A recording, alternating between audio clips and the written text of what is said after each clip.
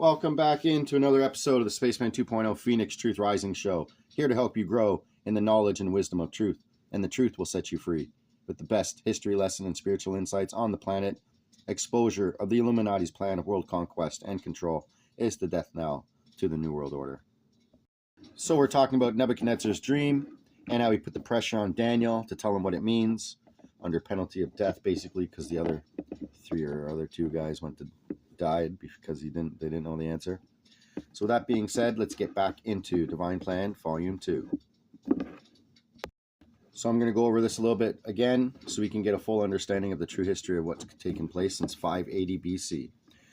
Whether or not you like it, you're also going to find that the same lineage of the adversary, call them what you like, the Khazarians, will be found finally ruling every one of these empires right into destruction every time. That's a quote by HATONN. When Daniel interpreted this vision, the time was pretty close to 580 BC. Within a few years, one way or another of this, Babylon was at that time under its greatest king, Nebuchadnezzar, at the very apex of its power and its civilization. 2 kings later, it came to its end, about 538 BC. The head of gold, no question. That was the Babylonian Empire, which was then in existence. The next one, which would come after it, he said, was the breast and arms, which were of silver, the Medo-Persian Empire. 2 arms united in one breast, 2 kingdoms, Media and Persia, united in one empire. Media was the more northwesterly of the two. It came to great power first. Later, it was in its turn conquered and absorbed by Persia. And the united empire, but under a Persian king, was the one which conquered Babylon. The Medo-Persian power became very great. It extended from northwest India and Afghanistan across the whole Fertile Crescent, the nations that extended a great arc north of the Arabian Desert. In other words, from the head of the Persian Gulf on up through Iraq and Iran, as we call them today. But it also included the Babylonian and Assyrian empires, over into Syria and down the coast through Palestine. It took in a good deal of Asia Minor, which today we call Turkey, and then even conquered and ruled Egypt for a time. So starting this tremendous rise with the conquest of Babylon about 538 BC, this empire ruled all the important parts of the known civilized world at that time, until it was conquered by Alexander the Great between 334 and 331 BC. The Medo-Persian Empire is followed by Alexander the Great. Alexander had been king of Macedonia, which is on the mainland just north of the peninsula of Greece, and in 336 BC, he was merely king of Macedonia. HATONN, Chalice, and past journals. I hope the editors will give you reference. Siege, Counterfeit Blessings, subtitle, The Antichrist, by any name Kazers. Introduction, Journal 26, page 2. We have covered this entire history along with the concomitant rise and infiltration of the 13th tribe, the Khazarians, who later stole the religion of the Judaists and pronounced themselves first the Serpent People, and then Jews, and finally Zionists. They were thieves and liars from the beginning, and truth was not in them.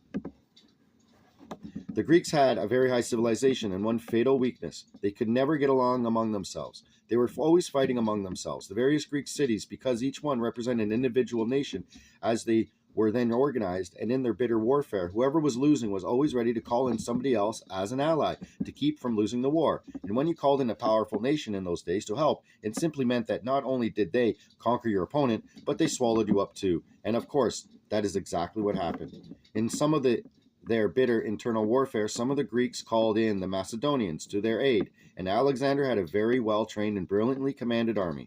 There are 2 men in all past history who stand out as generals of ability beyond any other. One is Alexander the Great, and the other is Hannibal of Carthage.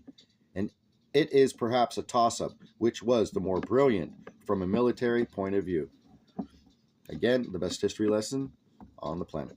Under Alexander's leadership, the Macedonian army was irresistible. Alexander simply conquered and took over the various Greek cities and incorporated them into his beginning empire, and then went on looking for more worlds to conquer. He conquered Asia Minor, Syria, Palestine by 332 BC. He conquered the Tigris-Euphrates valleys, which made up the old Assyrian and Babylonian empires by 331 BC. And he went on to conquer Media-Persia, which was then called Bactria, and today is called Afghanistan. It lies just outside of India, just north of the famous Khyber Pass. It is the gateway to India.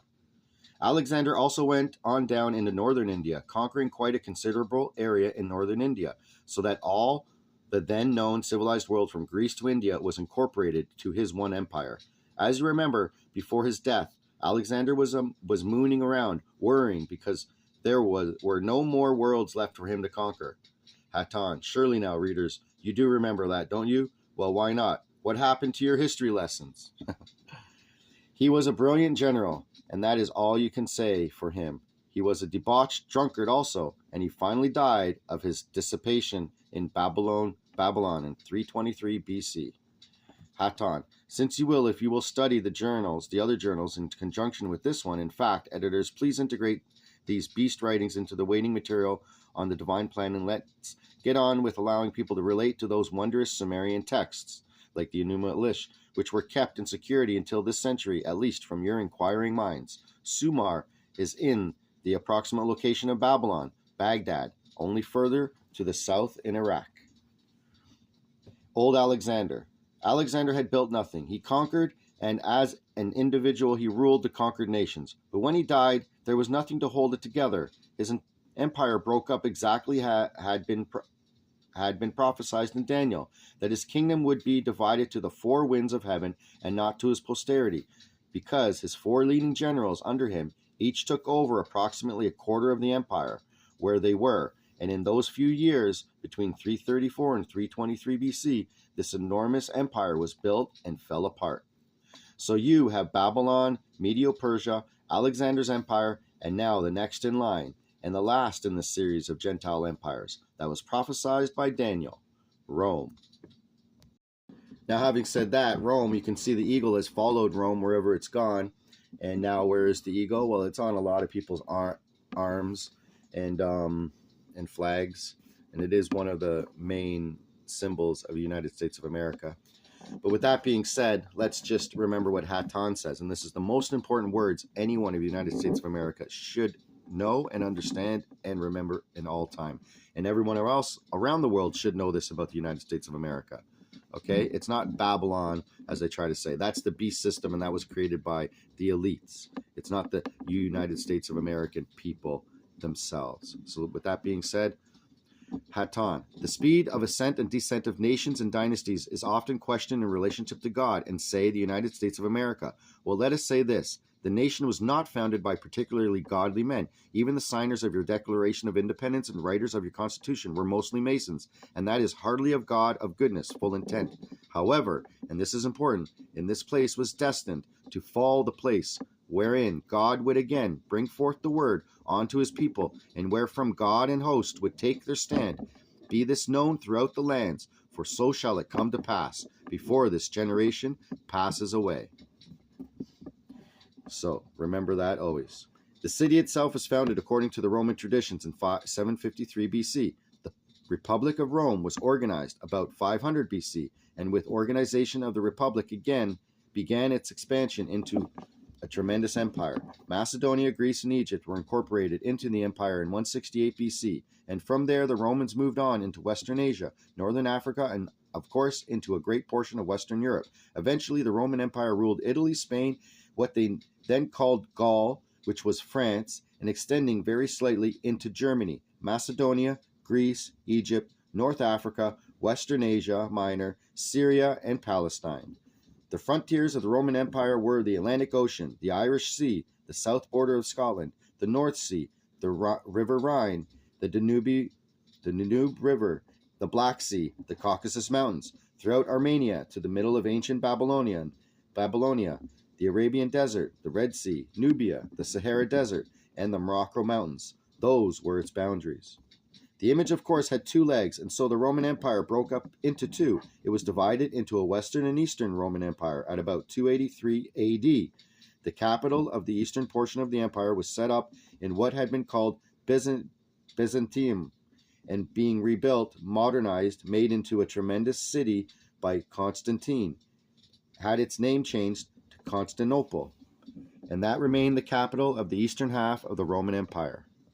Isn't it interesting? The word Byzantium is in the language for the trade routes and trading, the Byzantine Agreement, something like that. Now, while it claimed at all times to be the capital of the Roman Empire, you find it generally spoken of as the Byzantine Empire, from the old and well-known name of Byzantium for its capital city. The western portion of the empire, which gradually was losing its hold on Europe, had its capital part of the time, but not all of it, in Rome. For example, the city of Ravenna in Italy was the capital for a time. This was broken by the Visigoths, who were Israel people on the march in 410 AD. Interesting. You remember, under the pressure of the invading Visigoths, the Romans pulled the last of their legions of soldiers out of Britain, bringing them home for the defense of Rome in 408 AD. That year they succeeded in buying off the Visigoth invaders who had come into northern Italy but had not yet taken the city of Rome. Then the Romans bought them off with a big money bribe. Sounds interestingly familiar. But by 410 AD, the Visigoths had spent